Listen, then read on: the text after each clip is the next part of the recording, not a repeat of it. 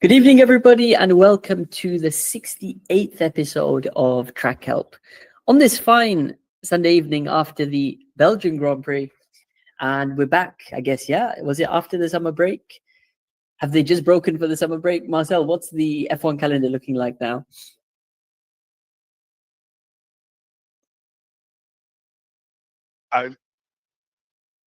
I really don't know. I only know the Dutch Grand Prix is on the 31st of August. I reckon that they're going to have a break after Hungary, which sounds about right, because it's Hungary next, and then it's going to be a week's or month's break until, the Dutch Grand Prix, which we're looking forward to some photos and videos from your side. Give us a hi, everyone in the chat if you're joining from Instagram or from YouTube. Guys, who watched the Belgian Grand Prix today? I watched it. Yes, sir. Yeah, me too. How was the race from your side, Konstantinos? Who's your favorite driver? Who are you supporting? My favorite driver is Max Verstappen. I think it was for me. It was a bit of a boring race. I think we all agree on that. Agree. Nix, did you follow the F1 today? Did you manage to catch the race? Today, no, but sometimes I do. Yeah. Don't worry, you didn't miss anything spectacular. I always remember one race, 2018 Belgian Grand Prix, right?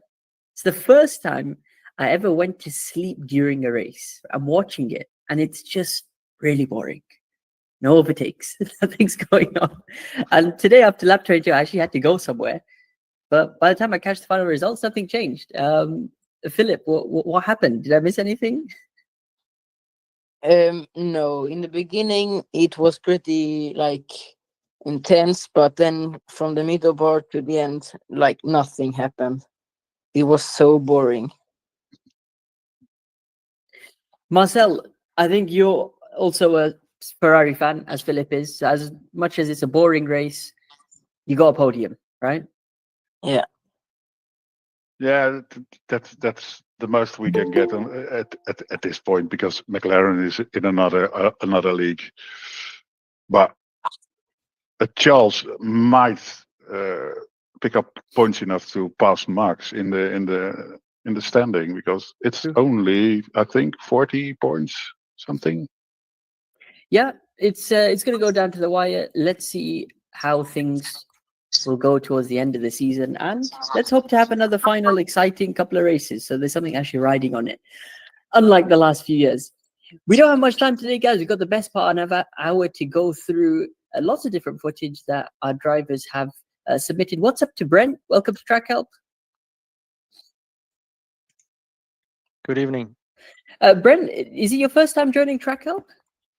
No, second time, but the last time you didn't have time to review my footage. Gotcha. Did you put any submissions in this week's no, not this chat? week, no. Okay. Did you have some footage you wanted to review? Any questions to ask? I have some footage, yeah. Go ahead and submit it. As I said, if we got time towards the end of today's session, we'll definitely go through that. To go through today's submissions, we've got Muthu, who's got some K1 speed. We've got Konstantinos from SFI. We have Nix from, which track is this, Nix? Is it somewhere in Latvia? It's in Latvia, yeah. Superb.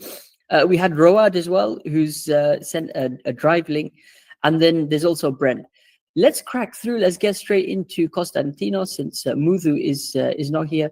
And Konstantinos, when was this footage? It's from the tractor.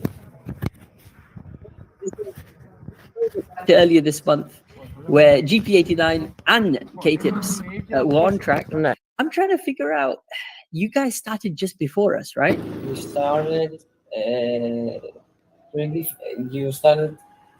late, and we started 2 laps ahead. Oh, you did 2 laps and then we came out, right? Yeah, because if you go in the video after, you will see you and George in this upper road, and I'm on the other side. Gotcha. These look like the same carts, though, no? That you drove. Well, yeah, 390. These are the 390s. Have you driven the 370s over here? The 270s. So sorry, the 270s. Have you driven the 270s? Yeah. Yes. What's the difference in lap time from 390 to 270, especially on a big So track like what this? I have, so the lap record in 390 is 111, and in 270cc is 118. The track record. The times Yeah. that I did were in the 270. My best lap time was 121.8. Yeah. In the whole track, and with the 390 I did 114.8 again. Gotcha. Well, I think 390 is what they use also for their competitions. I know they recently did an endurance race. How active are you at SFI? Is this like your home track, or We have a lot of tracks, but because this is the newest one and the closest one to my house, that's where I go. So yeah, it's my home track. Gotcha. And do you go like every month, every week? Every month. Every month, yeah. Are you planning to join some of the races, like sprint races that they do, or you just go with your I'm friends? planning because I'm going. My dad drives me there, and but I'm planning to go to like an endurance or sprint race. But I don't know if I can handle it because even in the 15 minutes, my hands get so tired. The physicality, yeah. Yeah. Welcome to the And physicality of karting. and I don't really know if I will be able to, if I will have the endurance for these races. You know, the only way to start is to have that experience, and it might be painful. You might have, a pain in your hands. It might be a bit overwhelming as well because you're competing against lots of different drivers. But if you want to take that next step after public karting or normal practice sessions that you do, it is to put your skills into play in a race format where you're having to overtake, defend, deal with pressure.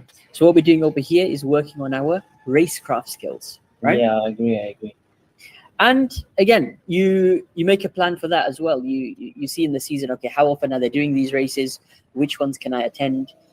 And get in there, do your first race, record it, and it'll be such an amazing experience. First time will feel like the first time you probably did karting.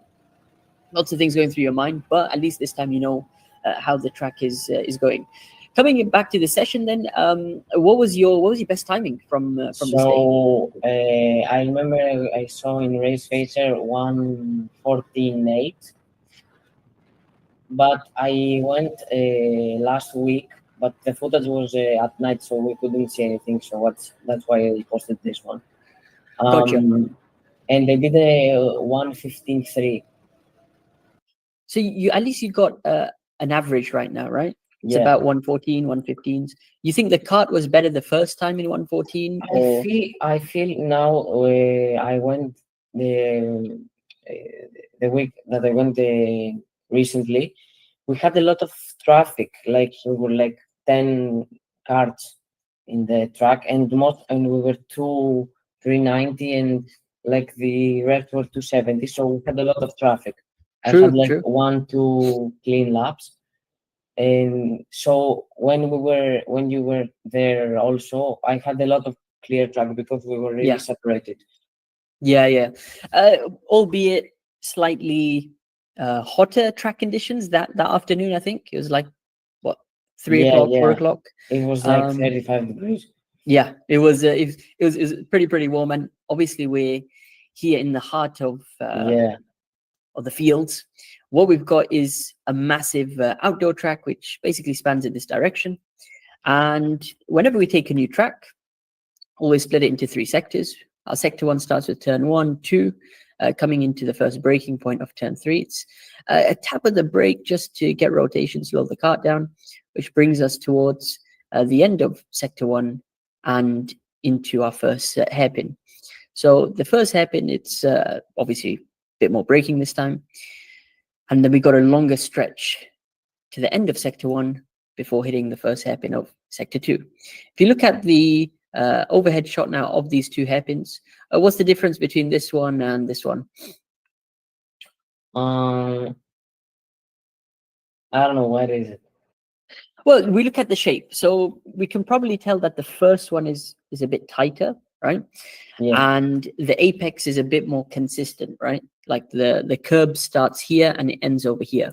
yeah, Whereas the shape of the second hairpin looks a bit wider, and the apex is a bit weird over here because it starts very early, and then it sort of curves at this part and straightens out before you hit the straight. So that's something interesting to understand. And as you know from driving over here, the experience, first hairpin has a curb, which helps with gauging how close you are to yeah, the yeah. corner.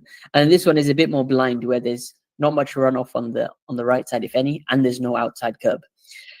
Sector 2 basically takes us to the really high speed part of the track, all flat out in the rentals and even in the undercarts. Great chance of slipstream, and basically, yeah, make an overtake if you can. This is really where you'll see the difference between a good kart and a bad kart. And that takes us to the technical sector 3, which is this bump into a banked double right, if I can remember correctly, into now a tighter and much shorter double hairpin. So it's a left, into a right, and then we've obviously finished off our lap flat out back to the end. Which out of these corners do you want to discuss today? Because I know there's always that one or two corners where Yeah, so I have a problem with, I think, the first hairpin. Yep. So basically this corner over here. Yeah, and the in sector 3, the first hairpin. Sector 3 first hairpin, yeah. So basically we are trying to understand what the lines are, the breaking points are for the two hairpins. And the thing is, they are quite similar in ways. Maybe in terms of how much braking we do, how much speed we enter these corners is going to be slightly different. Where was your fastest lap from? I think the session? I don't know. I think it's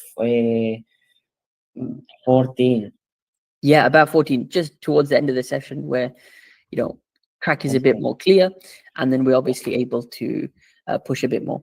I'm going to compare hopefully two angles. I want to watch your footage and then try and get some of my footage on as well. Yeah. We've got the first hairpin in the first sector over here, and what it is a fairly standard hairpin which goes to the right. Right now, where is your current braking point? Because we approach at full speed. Then when I was there, I think middle of the curb or end of the curb to get some rotation. But last time that I went, because I had seen some of the shorts that you uploaded, I started at the start of the curb. Gotcha. Cool. Yeah, I remember I put up the braking short, and I was mentioning how I was also braking quite early. Reason why we're trying to brake a bit early, and especially in these karts, is just to release the brakes, and we can see in your video over here, before the apex of the turn. And then what we're doing is feeding the gas before the apex to keep that momentum high. On this occasion, which looks like it's your fastest lap, not only does the braking look smooth, so does the gas input. And in terms of apexing as well, I think you're pretty much at the right spot. Here you can go mid to late. You don't want to go too early, which is obviously what you've avoided. And the crucial thing is to have the best possible exit coming onto the next straight, right? Because we want to carry that momentum through. And yeah, but I have a problem. I don't know, or I'm afraid a bit to. I don't know if I'm using a slip angle or I'm just drifting. Yeah, because I'm afraid to lock the back tires and let them spin and correct it, because I feel like I'm gonna spin out. It was interesting because this was the first time I ever drove the TB karts as well, because we don't have these in Middle East. We only have Saudi and Birel. But these are so difficult to get the rear to step out and lock easily, compared to a Saudi where it's I think a lighter chassis, it's more sensitive. These are a lot smoother to drive, and you don't normally get much oversteer and things like that. Let's try and get some footage up as well from my side, just to compare different lines and driving approaches. For that corner, do you find that you're too smooth, or you're sliding a lot? What's the I main thing in feel the like first? I'm too inconsistent. I feel like I go one time and I do it perfect, and the other Yeah. time I do it slightly slower. Or yeah, that's what I think. Gotcha. You know, when that happens, it's normally a sign that look, you got the potential to do it right, and as we saw on your one of your best laps at 14-minute mark, you did it well. Let's create some consistent reference points which can help us do that every lap, because that's the key. If we do it well once, now every lap we want to try and do it well. Yeah. What I was doing, especially at the first time that I'm driving this track, I'm tackling this kind of hairpin. I make sure just to sacrifice the time on entry. I don't want to overdo it too much, because I know in these karts, for this turn, I need to reduce the speed slightly, get that braking done nice and early. And once I get back onto the gas, then it's simply about utilizing all of the track. So one Yeah. more time. The easy reference for our hairpin over here is our curb. So as soon as I get to the beginning of the curb, I know that's pretty much the, ideal point where I want to brake. Anything later than that becomes quite late, and then getting back onto the gas is going to be sooner for us or later. However, get your braking done nice and early, and then give it something. Give the kart some kind of gas. And what this will be in these rental karts, because there's not much travel in the brake pedal, immediately get it to like 50%. Keep the kart going. Don't turn in too early to apex too early. I'd go for a mid to late apex. And the most important thing is, once you feel the kart grip up, then you put your foot all the way down 100% at the apex, right? So now we can carry that speed. Again, don't go too tight on exit. Widen it up. And then you're going to be set for the second hairpin coming up. So all you got to do now is look at your reference point before you brake. Yeah. Once you get the braking under control, everything will naturally follow through. Yeah. And the other thing that I have also a problem is where you go in the first sector, in the straight before the first right turn. You're talking about turn 1? Yeah. Cool. Not here. A little bit further, a little bit later. Basically starting the lap over here, right? Yeah. And these corners you're talking about. A little bit, yeah, up there. Yeah. So here it's about finding the limit of how wide you want to go. What we realize is, because these are the low horsepower karts compared to the 2-stroke, the maximum you want to go is right up to the outside curb. Don't touch it too much, simply to keep the kart stable. And you can see how we're keeping within the track limits. Yeah. Then we need to get back to our inside apex just to close the distance, so we can maximize that speed coming onto the straight again. All it is about keeping it tight for the first part, similar to what me and the driver in front are doing, George, widening it up so that we can go for a early brake and early gas, try to close the gap to the apex. Yeah. Let's go to the final sector, where we've obviously got our last hairpin, and let's give it a couple of laps once I can get a clean lap in. Yeah, that's overdoing it there. We battled a lot. I remember this. I think that I was gonna say this should be clean, and then nope, another dive bomb early on the lap. I want to come back to our footage, because I do want to see currently how you did it on your best lap. And for the sector 3 hairpin, what's your current approach for this corner? So I brake at then the middle of this the right curve. Gotcha. Middle of the right curve. Or late, and but I feel like I overshoot it and I go out on the curb, and the car gets really unstable. I just saved it for this. This curb over here. That happened a few times to me. That happened a few times to George as well. Completely normal, because of the angle of this last hairpin. If we take a look at the overhead shot, what you've got over here is Now, not much runoff, and this may look like it from the overhead shot, but we know it's a rumble strip or a aggressive curb, which actually pulls you back out. And once you get taken out, then it's this dirt and patch that you're going to go into. So the most important thing I realized about this second hairpin is actually about our turning. Once again, these are very accurate, precise karts.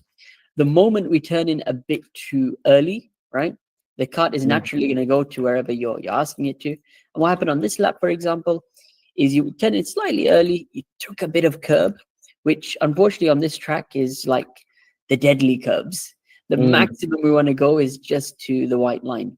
Because what that does is it hooks our tire slightly, then throws us off, causes a bit of shaking, which again loses our speed, and then we're having to correct because we feel that everything is unstable. And then we continue with the corner.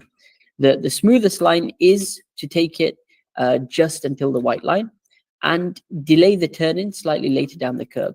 Let's give you an example of a smooth lap versus the push lap. Where can we get that? Probably over here. This is an example. So over here, we're battling. Now what I'm trying to do is set up for a good entry. George is going for a defensive approach, a bit late on the brakes, you'll see. What I'm doing is braking halfway down this curb, and I'm just letting us, I'm letting him have the entry just to prioritize the exit. So once I release the brakes early in the turn, I can then delay my turn in and maximize the exit whilst he goes slightly wider. What happens over here? Slow in. I actually brake just at the beginning of the curb this time. Again, on a push lap, when you have more space, you can go about halfway down. Complete the braking by this phase. So you can see by the time I'm come off the curb on the right side, now I'm already feeding gas. Again, not 100%, keep it at 50. Turning in towards the end of the curb as well, you notice, this is where I'm putting all my turn in. And that's allowed me to get right up to the white line, That's where we want to be at. And if you're able to turn in late enough, it gives you the perfect angle to exit within track limits. And that's all it's about.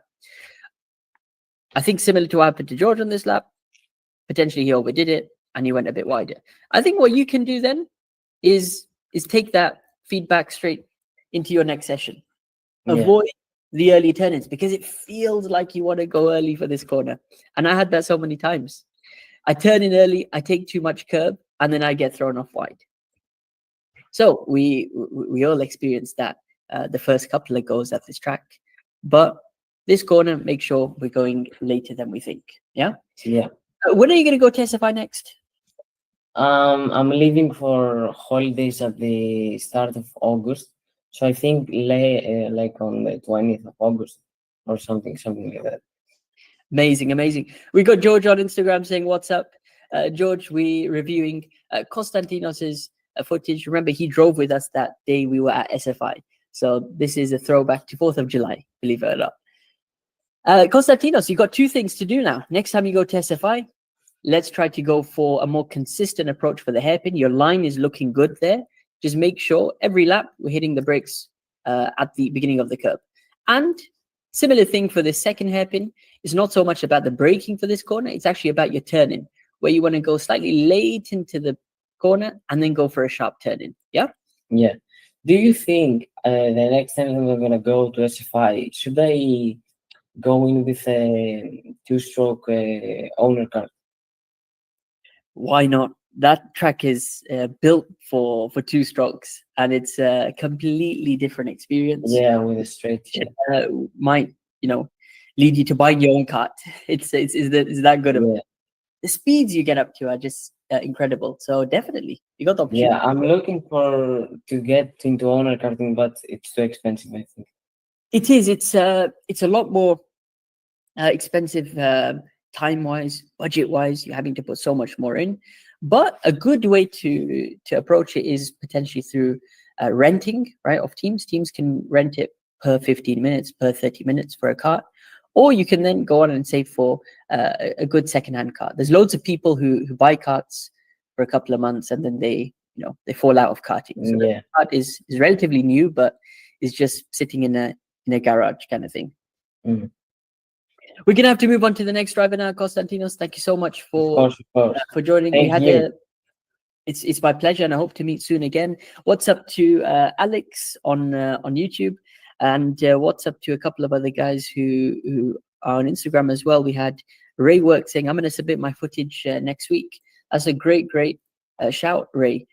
If you guys want to know how to submit your footage, head over to the KTips Academy. It's free to join, and then you'll get access to the community page over here. So every week there'll be a pin post. First 3 submissions. You can either put a video, question, track map, and a short description what you want us to go over. And then you can also be part of a global community. So we've got people from all over the world. And just in the last week, we had Yusuf from Oman join. He's actually doing was he doing the rentals at Muscat? I think he was. And now he's planning to go into road tax. We had Kim from South Korea. Konstantinos, who just joined as well. We reviewed his footage from Greece. Alicia from Poland, and Tom from the UK. So everybody on different journeys in karting, whether they just started, they've done it for a while, but this is the place to interact with different drivers from around the world and get better. We're going to go straight into the next bit of footage, which is going to be from Nix. Let's go to some questions before that from Marcel and Philip. Go ahead, guys. I just realized you had your hands up. Philip was first. Yeah. Go ahead, Philip. It was about Konstantinos that he said that his arm was hurting when he drove because it was so physical. That happened with me too when the first time I drove the owner carts. It was so physical, and but the second time and third time it didn't hurt as much because like I have done it more, and it's more easy after the first time. I think that's a really good point that Philip has done. It's like going to the gym for the first time. It's always going to hurt, right? Yeah. But then the more you train, the easier it becomes. And then eventually what was difficult the first time you started becomes second nature. It becomes normal. Marcel, you had something to add? To add, yes, because I had the same part. We call it karting condition. And it depends how much he can kart every week, every month. Because if he's waiting 3 weeks, it's gone. Your karting condition is gone. So you have to start over again in your arms and your hands. So that's all. That's a very good point. If you, race once every now and then, right? You go once, a couple of months off, go back, then that feeling is always going to be repeated. But same like you train for running, for example, you run every week, you run every few days, then you're going to see the progress across the course of the month. Let's get straight into Nix's footage over here. Nix, what's the name of this track that we're going to watch? It's called 333. 333, amazing. I'm looking forward to bringing up a track map shortly. I added this screenshot to the school. That's excellent. We're also going to take a look at that because I think at the moment there's no updated GPS or satellite shot, right? No, I added the satellite as well. I just didn't know how to. You've added the satellite. That's perfect. That's perfect. Yeah.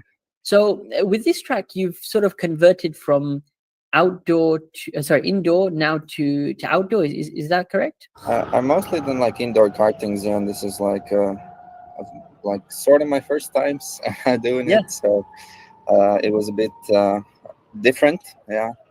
So we'll try to beat my friend who I usually beat in indoor, and he beat me outdoor by a mile. So what was the biggest difference you felt? I don't know. It was just like less grippy, I guess. Less grippy, okay. Yeah. That's a good point. With the indoor tracks, I mean, it depends on what you've driven. They tend to have electric karts. Is that the one that you had, electric, or was it petrol? Both. It was both. Okay. Generally, the surface, is not going to be tarmac, and they usually have this rubbery material. Some of the tracks that I've gonna actually put this rubbery paint material where they keep on sort of surfacing over, so it just becomes very, very grippy.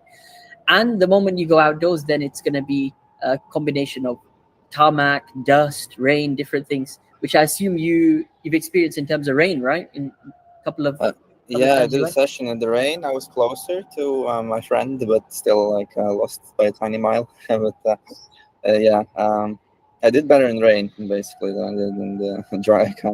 You're using some of you're using some of the best carts, actually. I have to say, and okay. these are the Sonys, so they're really, really nice for outdoors.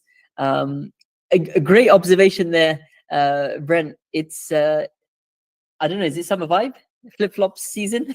I know many tracks in the world would not allow open shoes like that. Yeah, Latvians don't care. You get better aerodynamics like that, so maybe that's the trick with this driver. Yeah. It's no, it's awesome. You see, with an outdoor track like this, what we've got to identify is what corners we can push at, and what corners we might need to add in a bit of lifting or braking on. So if we go ahead to your screenshot that we've got for 333, we've got the overall shot. Now, when you drive and when you look at the corner from overhead, you're able to then paint a picture, because certain corners, when you drive, might feel really, really tight. Some might feel wider, different things like that. However, the moment you can see on the overhead shot, now you can start comparing. Okay, well, for example, a first corner is quite wide, and we have these tight hairpins, for example, and you can start noting different things down. Which layout were you doing? Was it this outside No, you layout? start at the top. Yeah, you can see like a little Up bit. over here? No, more up. Somewhere through Yeah, here? there, kind of Gotcha. next to it. So you take the right and then the left. You like drive out there. You can see. Oh, okay. Yeah. Meaning this pit lane, and then you drive out. Yeah. The lap will presumably start where they have the sensor, the start finish line. In terms of the actual layout, I'm going to quickly go. You take the left first, to the and footage. yeah, it's You're doing the alternative layout. Gotcha. I had a feeling.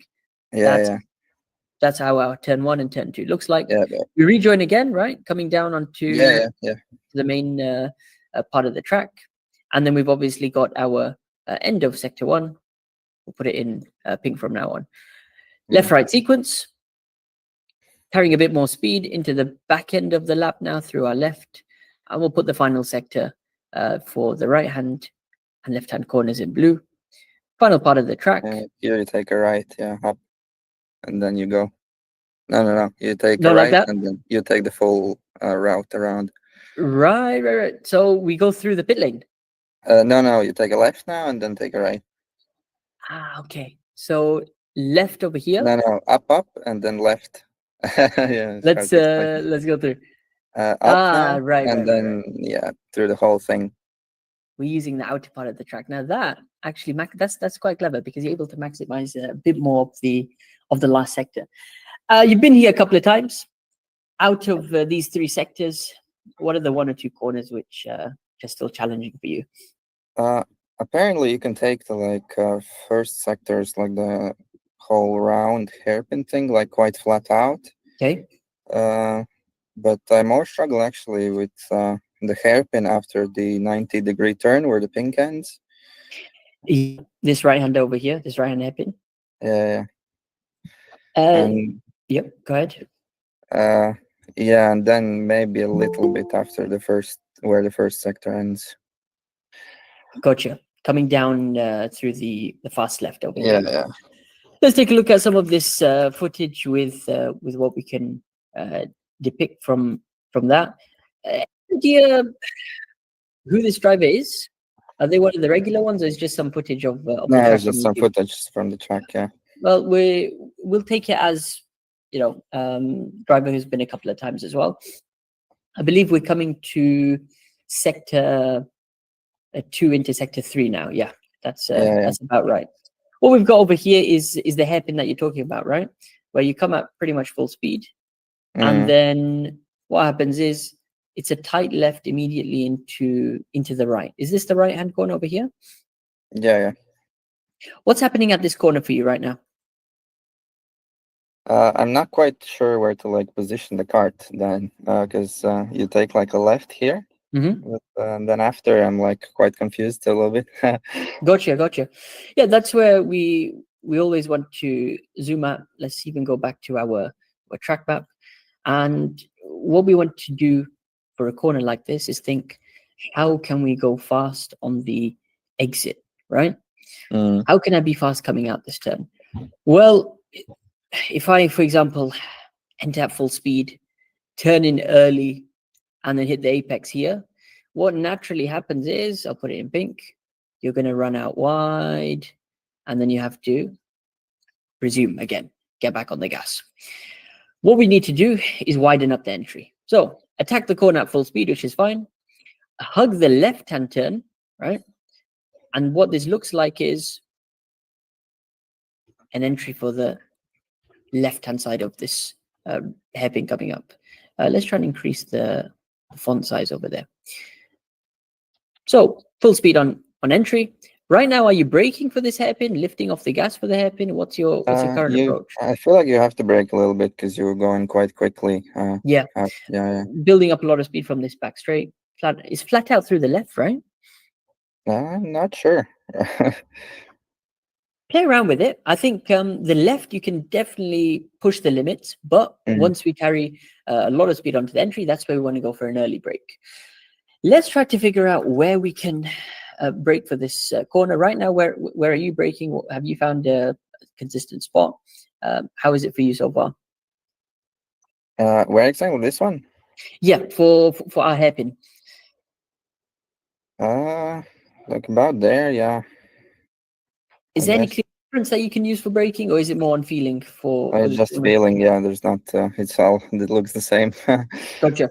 What we can try to use now coming into this hairpin is a couple of these visual references. I assume there's going to be this this barrier there and this open patch, right, on the left side. Our targeted line next time we go is try to end up more to the left-hand side of the track, so we have a wider entry for this corner. And where the grass starts is like the maximum of where you want to be on full speed. The moment we start passing the grass now, I would say this is a good time just to hit the brakes, right? Okay. Again, you play around with it. Start with more braking first, and then try to reduce it until you feel that you've hit the sweet spot. How do we know we've hit the sweet spot? Because once we complete our braking and get back onto the gas, is the kart sliding out on me too much, right? Am I losing momentum after the corner? What you want to do is go for this typical slow in, fast out approach. So with the wide entry, similar to what our onboard driver is doing over here, he's done a nice line and a nice switchback on this clip, is coming up towards the outside grass on the left side. Little tap of the brake, right? Get the kart turned in nice and early. That's the most important thing. The moment we turn too late for this corner, then we're going to start keeping space to the inside apex. The earlier you can turn, the earlier you can get to the inside. Again, over here, I think the maximum you want to go is until this inside curb where the tarmac stops. Anything beyond that, it's going to unsettle the kart. You'll end up towards the grass. But hug this in apex. From the outside edge, early brake, early gas, come to the inside, the apex over here. And then for your exit, it's all about creating as straight line as possible. What we're trying to do is minimize the meters from our exit. Have the wide entry. Let's just reduce the size. Enter from the left-hand side of the track, cut across to the right. And now I'm going to put it in blue. Our exit to the entry of the next corner, the apex of the next corner. Make it as straight line as possible, just like that. Yeah. Shortest path possible will gain you a couple of tenths, and it's all about unwinding the steering wheel at this point, full on the gas, and cutting across the left-hand side. Obviously, on this lap, the driver's got a bit of traffic. Where would your limit be? It'd be the inside curb, right? So you want to just get that front left tire towards the inside curb. After that, you'll be able to carry speed to the next corner. Which other turns did you want to go over? I'd like to know what to do after like the long flat out left. Yeah. Basically coming down over here, yeah? Yeah, like what to do after, because yeah, it's quite like max out, and then you have to like quickly like do a switcheroo thingy. For this left-hander, which I'm drawing on over here, is this where you do a bit of braking, or you're also going flat through here? I think you just need to lift a little bit, but I'm not too sure. Bit of lifting, okay. In terms of the overall line, what you could try to do is, again, make an observation. Wider we can approach a corner, we can hopefully then go for a slightly mid to late apex and end up on the left-hand side of the track. When we end up on the left-hand side of the track, it opens up the angle for the right. So from the left, I can now cut smoothly across the right, and then essentially do the same thing I did for the exit of that hairpin we just finished. So if I draw my apex point over here, which is in blue, and the apex for where I want to go for the next corner, here we can try to drive in as straight line as possible. It's all about minimizing meters, keeping momentum high. So for the red part, which is on corner entry over here, this is where you want to, sacrifice the time, whether it's with a lift or tap of the brake. I think it's a lift. Early lift means early gas. Don't go too early with your steering inputs. Make sure we're targeting a mid to late apex. We can end up on the left-hand side of the track and then actually accelerate through the remainder part. Let's see how that looks on some, actual onboard video, so we can see track width, different things like that. It'll be interesting to see what kind of layout this driver was taking as well. Yep, he's taking the same one as you, where they cut off the left into the right. I think that's a different turn. Yeah. Now is this that's the one before? Yeah. Correct. This is just the start of the lap, just to make sure that they're on the right layout as us. And this is our downhill, left-hand sequence. You can see it's a lot wider, right, from the footage. We've got the fast left, which, I agree, you'd probably need a lift for this. Straight back onto the gas to then flick it to the right-hand side, and then you can see how the track sort of tightens up the more we get up. So the line that we can try to go for, number one, starts with a wide entry. If you feel that the speed is too much, so you can't go flat, go for an early lift, right? Early lift means we can slow the car down to the correct speed and then get back onto the gas whilst closing the distance to the apex. Very, very important. We don't go too early, but we go towards, where this cone is and the latter part, which means it's a mid to late apex. Similar to what this onboard driver is doing, he's done a nice effort. The more we can target this latter part of the corner, now we can stay towards the left-hand side of the track, and it opens up the next corner for us, right? Because look at this, we have so much more space to maneuver to the right, as opposed to exiting this corner and being somewhere on this side, then the angle of the corner becomes too tight. Once you apex over here, it's all about placement of the car, keeping your foot or your flip-flop pinned to the gas pedal, and closing the distance. Close the distance the inside over here. The moment we hit our apex at this turn, look directly ahead to our curb on the left side. And what we want to try to do is make as straight line as possible. Pull on the gas as less meters as possible. Don't do any of this zigzagging stuff similar to what the guy in front is doing. I think he's over driving, first of all, took too much curb on the inside, unsettled the car. So that's an example of what not to do in terms of too much steering inputs, being too aggressive, taking too much curb. Just be smooth, calm, and composed like this driver is doing on board, and minimize the meters. When are you going to go to the track next, Nix? Probably in middle August, start of August, or something like that. Okay, so you got a couple of things to try now. First of all, for the hairpin, I think that's a really, really easy line you can implement. Having a wider entry on the left-hand side, early brake, early gas, keep it tight to the apex. On the exit, what do we do? As straight line as possible to the next turn. And what we're doing is using that same logic to our first sector or first/middle sector left-hand turn, where instead of braking now, we're lifting early, stay to the left so it opens up the angle for the right, and then all about placement of the car, full speed, full gas, straight line as possible. Nix, do you have some kind of an action camera where you can record your footage? Yeah, not quite. Yeah, that's why I use someone else's KTip video. That's going to be the next thing that you can hopefully add to your karting inventory. We always say once you get your helmet, then you can get a camera, so you can start recording your footage, reviewing it back as well, similar to what we're doing over here. And then finally get some kind of telemetry, which is in the form of the race box. It gives you live delta as you drive, and then you're able to, see where you're gaining and losing very, very quickly. Nix, we're out of time. We're going to have to move on to the next driver. It was great to see some footage there, and you got a couple of things to work on for next time, yeah? Yeah, cheers. Be sure to come back on Track Help. Let us know how those lines made a difference. We had a couple of people saying hi on Instagram, a couple of comments on YouTube as well. I think it's a discussion with Brent and Marcel, and yeah, just talking about how about the footage that we were reviewing. Let's go on to the final bit of footage today, which is not going to be Muthu because he didn't turn up. It's not going to be Rawad because he didn't turn up. And I'm so glad that we've got time to go for Brent's footage this time. Brent, are you still there? Yes. Amazing, amazing. Well, we've got some footage of the famous, is it Genk or Henk? How do you pronounce it? Henk. One more time? Henk, but in English you can say Genk, I guess. Gotcha. Well, I know they're a very famous kart track with obviously Max Verstappen, very famous football team as well. But we've obviously got some rental karting in the background. When was this recorded? This about 2 months or 1 month? Yeah, 2 months ago. Yep, back in about May. This is you driving, is that correct? Yeah, this is me. Amazing. What was this part of? A normal public karting session or a sprint race?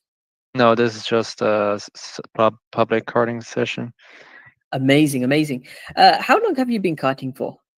Well, I did a lot when I was little, but I started last year on this track again.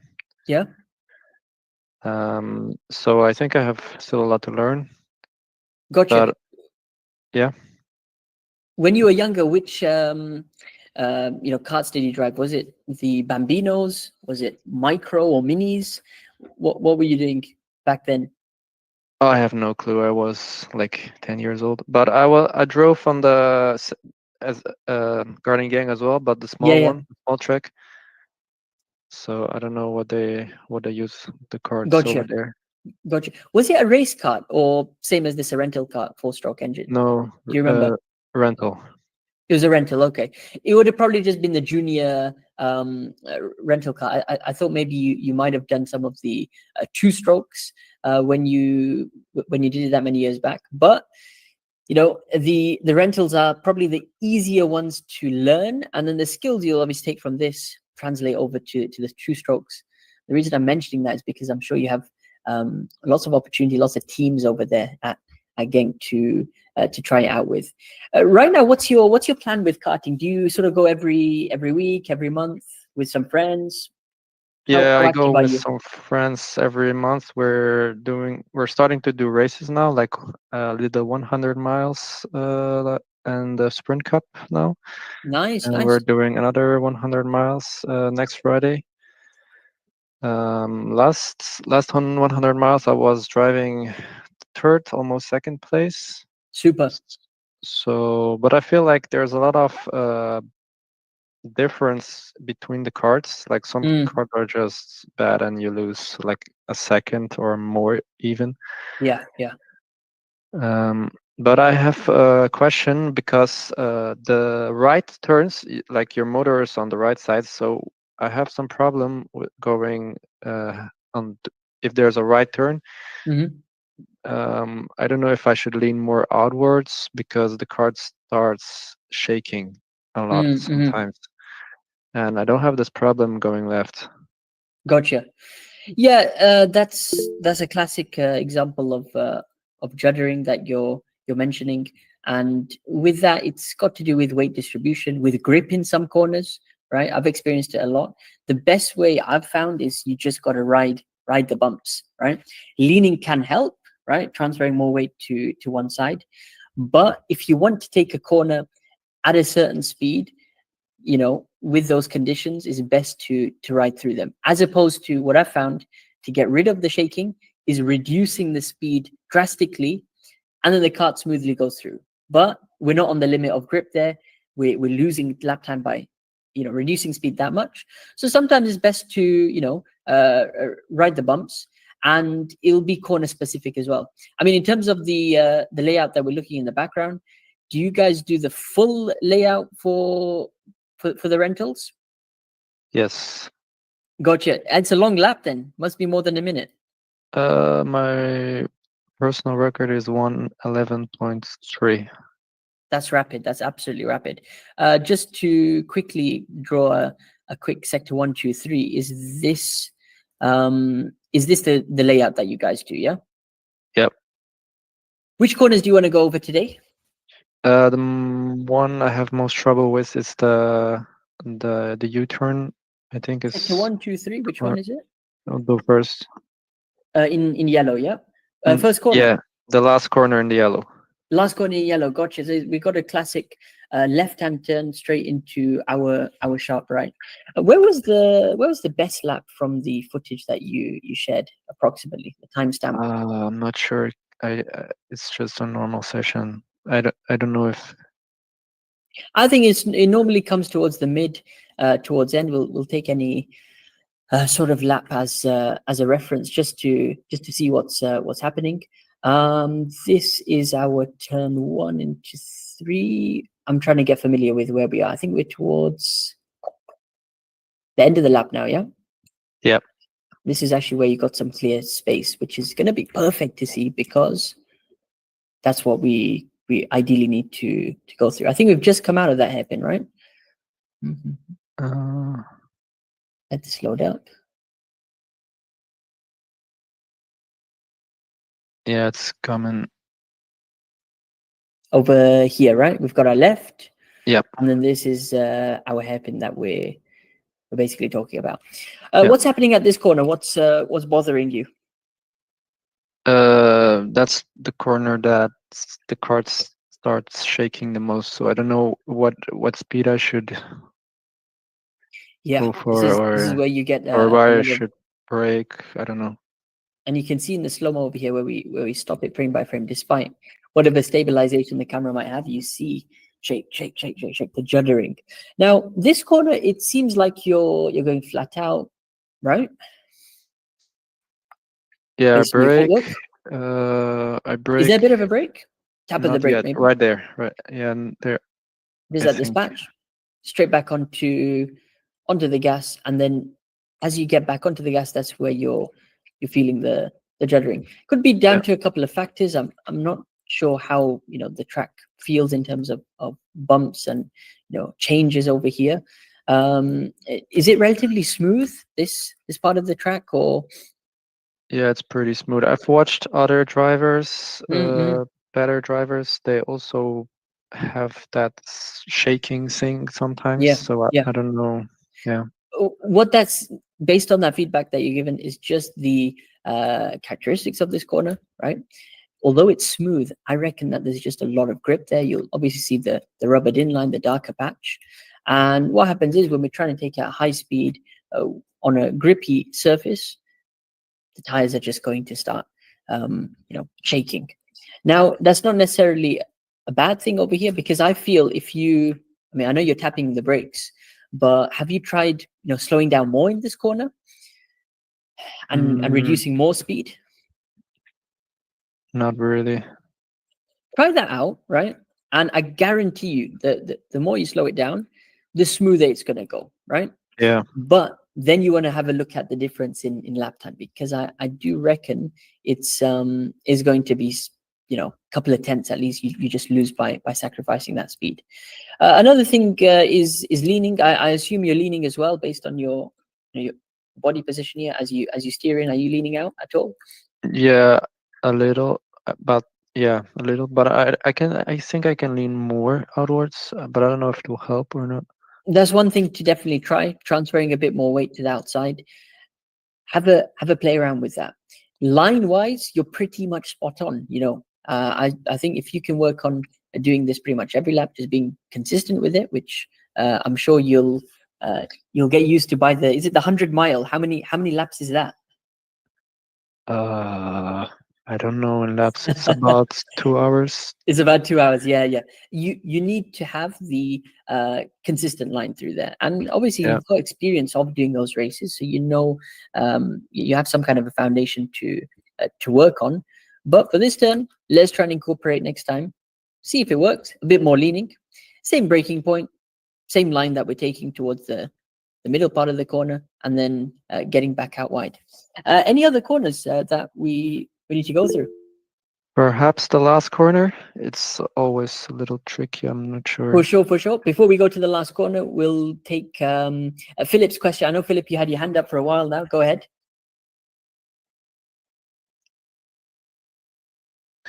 Yeah, I just wanted to say something, but you can go ahead. I'll say it after. Okay, I thought it may have been linked to this. No, it's not. Not to worry. We're going to come to you right after we finish of the last corner analysis. Whilst we do, there's a good question on Instagram talking about from Alejandro as well. He's saying lean out in rentals, you're going to lift the inside rear tire. That's correct. It is going to be harder, to lean out because this is a much heavier chassis compared to an owner car. Alusa, wait, so if you're going into a left-hand turn, you want to lean right? That's correct. Do the opposite. George, I'm going to come to your question in a moment. The last corner then, Bren at Genk is our right hand hairpin, you can say, of some sort, tight right-hander. And we'll actually continue on this lap because it looks like you pretty much got clear air all the way. What's happening at the last corner for you right now? I'm just wondering the perfect line. Perfect line for it.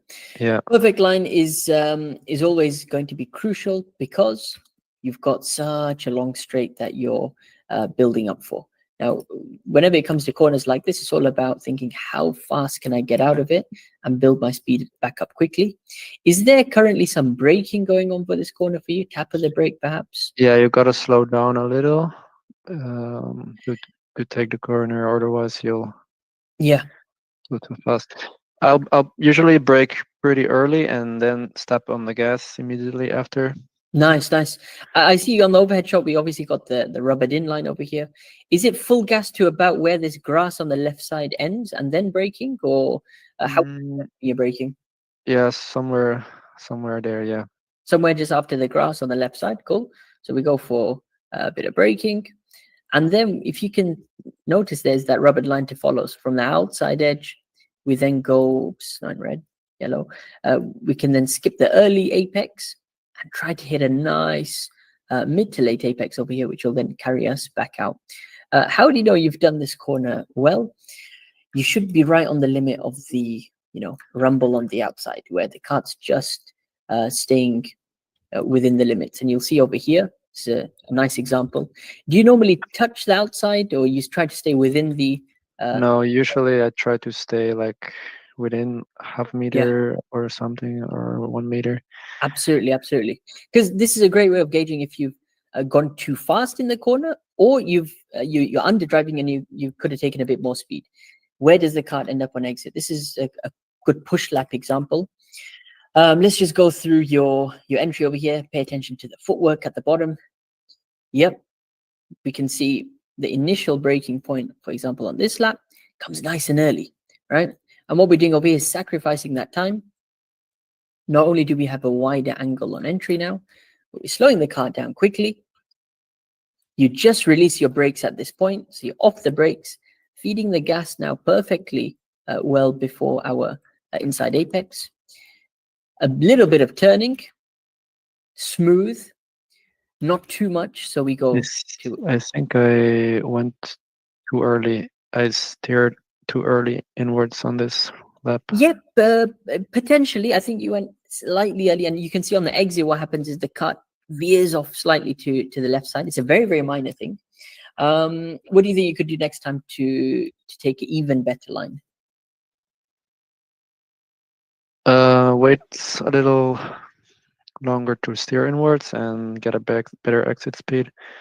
Yeah, you know, in karting, it's always like that. And what I found is the earlier I brake, the more tendency I have to then turn in early, right? It's a natural thing.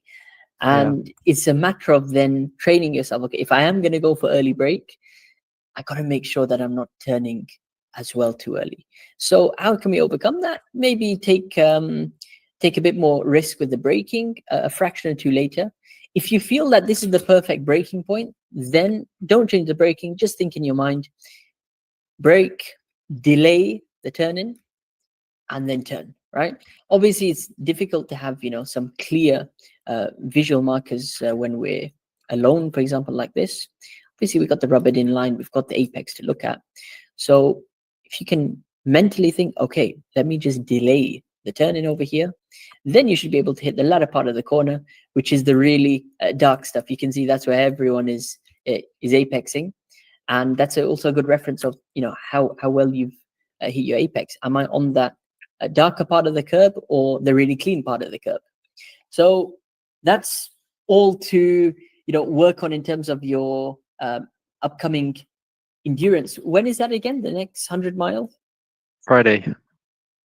It's on Next Friday, so Friday. it's so soon. A couple of things to try out there, right? In terms of the sector 1 hairpin, keep everything the same. I know there's some juddering and shaking going on there. Try to add a bit more leading. The line looks perfect. Then for our final corner, just work on the consistency over there. Again, the line is looking really, really good. Just be mindful of your turn in. And the later we can turn in for that last corner, the better, because it's going to encourage a later apex and a better exit after that. Yeah? Yeah. Thank you. No worries at all. It's always a pleasure, Brent. Let us know how it goes. Get some more footage. Be sure to come back on a future track out session. Let's go over to Philip. You had a question? Yeah, I just want to say that like a week ago that I got into a karting team that's called PK Racing in Sweden. Amazing. And I race with them sometimes there. And they... Oh, in Genk? No, in Sweden. And oh, okay. Gotcha. Have you heard about the SWS series? Yep, very familiar with SWS. Yeah, we are gonna try to qualify for that. Amazing. Well, when is the next qualifier? That I don't know, because I have no idea, but next time I will see them is the 19th of August when there is a race. But about the SWS series, I don't exactly know. SWS is always a great way to get a team together, whether it's the endurance cup you're doing or get yourself ready if it's the sprint cup, and try to score as maximum points as possible. Every year, the top 3 or top 5 drivers get to go for the World Finals. So that's always a great thing to target. Brent, to round off with, go ahead. Yeah, I have a question. Do you think height matters a lot? Because I'm almost 2 meters and I feel like I catch a lot of wind. Wow. I'm afraid in karting it's is definitely going to play a factor. Number one, in the seat position. How are you sitting? Are you having to put your seat all the way back or the pedals all the way forward? No, pretty much forward. Because pretty much forward. Okay. I have not. How much is that in feet? Because I'm trying to convert in my mind. 6'5". Yeah, 6'5". So you're fairly tall. Yeah. So, but I'm surprised you're sitting all the way forward. Because if I sit backwards, I have too much understeer. Exactly. And I know other taller drivers who are just forced to do that based on comfort, because if they sit too far forward, then their knees are really bending. The best thing to do is have more of that weight on the front, and unfortunately, once we put it further and further back, it's not going to help. On the straights, maybe you are more suited to doing some human DRS, just to get Yeah. it more aerodynamic as well at that height. We're going to round off for today's track help session. It's been an absolute pleasure to everyone who has joined. We're out of time. George's question is saying, is threshold braking worth it in rental karting at Karting Town? It absolutely is, probably for some of the 3 out of 5 braking points, the ones that you're attacking more onto the longer straights with more speed. Play around with it. You might have to be on the brakes a bit longer, closer to the apex, but not too much in terms of trail braking. We are going to get Guy into the call once we round off today's session. Thank you everyone for joining Track Help. Until next week on Sunday, 6 p.m. We'll see you all then. Take care, everyone. Good night.